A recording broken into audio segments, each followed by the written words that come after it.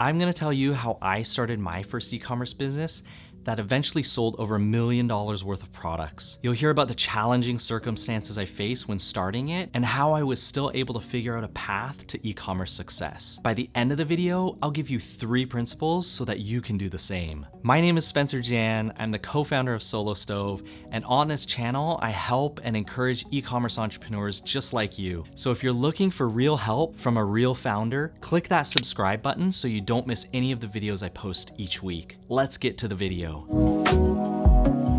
Let me set the stage and give you a clear picture of what my life looked like when I started my first e-commerce company. The year was 2009. I was living and working in Shanghai, China, managing a small sourcing office. 2 years after I joined this company, the financial crisis of 2008 happened, which is now known as the Great Recession. The company I worked for barely stayed alive. I was grateful to be employed, but I definitely didn't feel stable at the time. I had just laid off about 20 employees, leaving me with just 4 staff in a tiny office, and I took a 20% pay cut. So here I was, 30 years old, married with a 3-year-old kid, and making $48,000 a year working for someone else. I'm not saying it was horrible. There's a lot of worse situations to be in, but I did feel the situation had room for improvement. And to add salt to the wound, I had just spent a year trying to write a blog in my spare time, which I thought was gonna help me unlock the riches of the internet. It didn't. And if you want to hear that story, I'll leave a link to that video down below. I desperately needed stability and supplemental income. I remember looking at our family budget and more money was going out than was coming in. And with $48,000, we weren't living a lavish lifestyle. So I needed a new plan. And this plan needed to fit my situation. I needed to be real if I wanted to improve my situation. So coming up with an unrealistic idea of creating some massively disruptive business that required angel investors or VC funding or a large team of capable people that would all work towards eventually going public in 3 years would have been an unrealistic ideal. I needed to be realistic. Instead, I thought, how can I keep trying to unlock this idea of making money online? Because I don't have any money to hire anyone. It's just me, and I have a day job, which I liked, so I have to be able to work on it in the evenings. I knew I didn't like writing content for a blog, but I did enjoy digital marketing. I also thought about the fact that I enjoyed sourcing products, and I was pretty good at it. That's when it clicked, and it made sense that I try to sell something online. So I married my passion for online marketing with my unique advantages to source products in China and came up with Slumber Max, an e-commerce brand that sold memory foam mattresses compressed in a box to other foreigners living and working in Shanghai. Talk about a small niche. I would build a website like I built a blog and use what I had learned about SEO and marketing to sell a physical good online. And because I didn't have much time, I figured if I priced the mattress high enough, I wouldn't have to sell too many to be able to supplement my income in a meaningful way. The cost for a king-size mattress was about $200, and I decided to sell them for $1,000, which is what people in the US are used to paying for a decent bed. I could profit $800 a mattress, and if I could sell 1 a week, I'd make as much as I was making in my day job. So that was my custom plan. Take passion and what I'm good at and turn it into a side hustle that I could work on in the evenings and after work, all with the goal to supplement my income. That was the entirety of my business plan. I didn't even write anything out. It was simple, realistic, and made sense to me. So I got to work. I spent a good month building a website at night. I'd often work into the wee hours of the mornings, but it was exciting.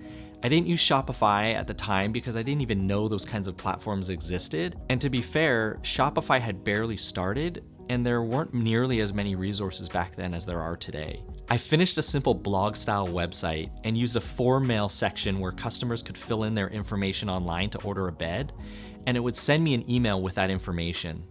I could call them after work to confirm and schedule delivery. I didn't even have a payment system, so I just collected cash on delivery, which made it risk-free for my customers. I negotiated with my supplier, and after begging them to help me out, I was able to place my first order with them.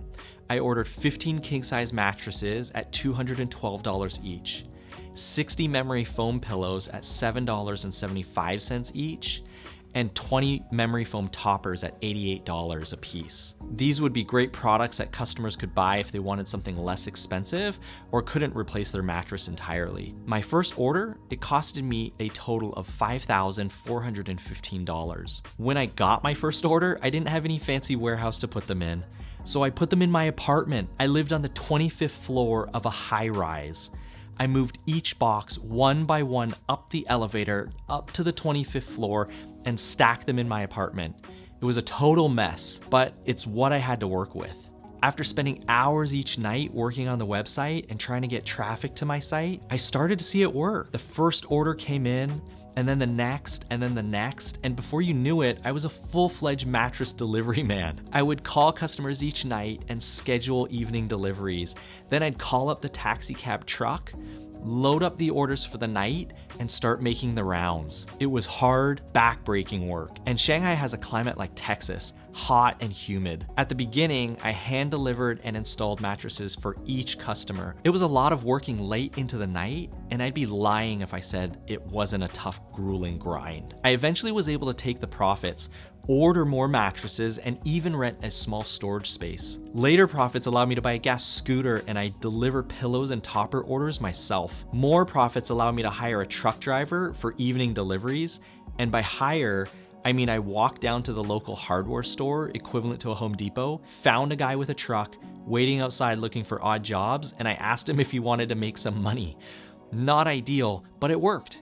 We became great friends, and I eventually trusted him to bring back stacks of cash after his delivery runs, which we counted together in his dirty truck late at night in the dark.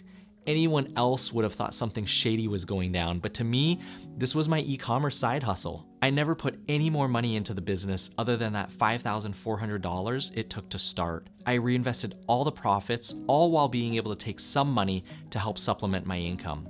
It worked. After 4 years, Slumber Max sold over $1 million worth of mattresses, pillows, and toppers, and profited over $500,000. Great story, right? But did you catch the principles within the story that you can use to start your business? Let me help you out. 1, know why you're starting a business. For me at that time, it was for a sense of stability and for supplemental income. If you need more ideas on figuring out your why, I highly recommend you watch my other video linked in the card and in the description below. 2, your situation is unique, so you need a unique plan. Lay out the details of your situation and know what you're working with. What restraints do you have on time, money, and skill? Only after you acknowledge your situation can you come up with a realistic plan. You need to focus on ideas that are realistic. You're not gonna be the next Jeff Bezos, and that's okay. You don't have to be. 3, there's no substitution for hard work. Put in the long hours at night if you have to. Deliver your products yourself if you have to. Hire a shady truck driver outside of Home Depot if you have to.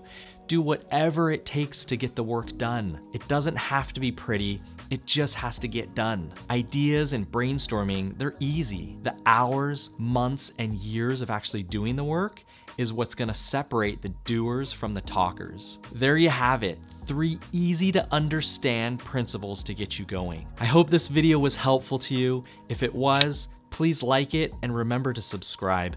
This helps the YouTube algorithm share it with more people. Thanks again, and I'll see you in the next video.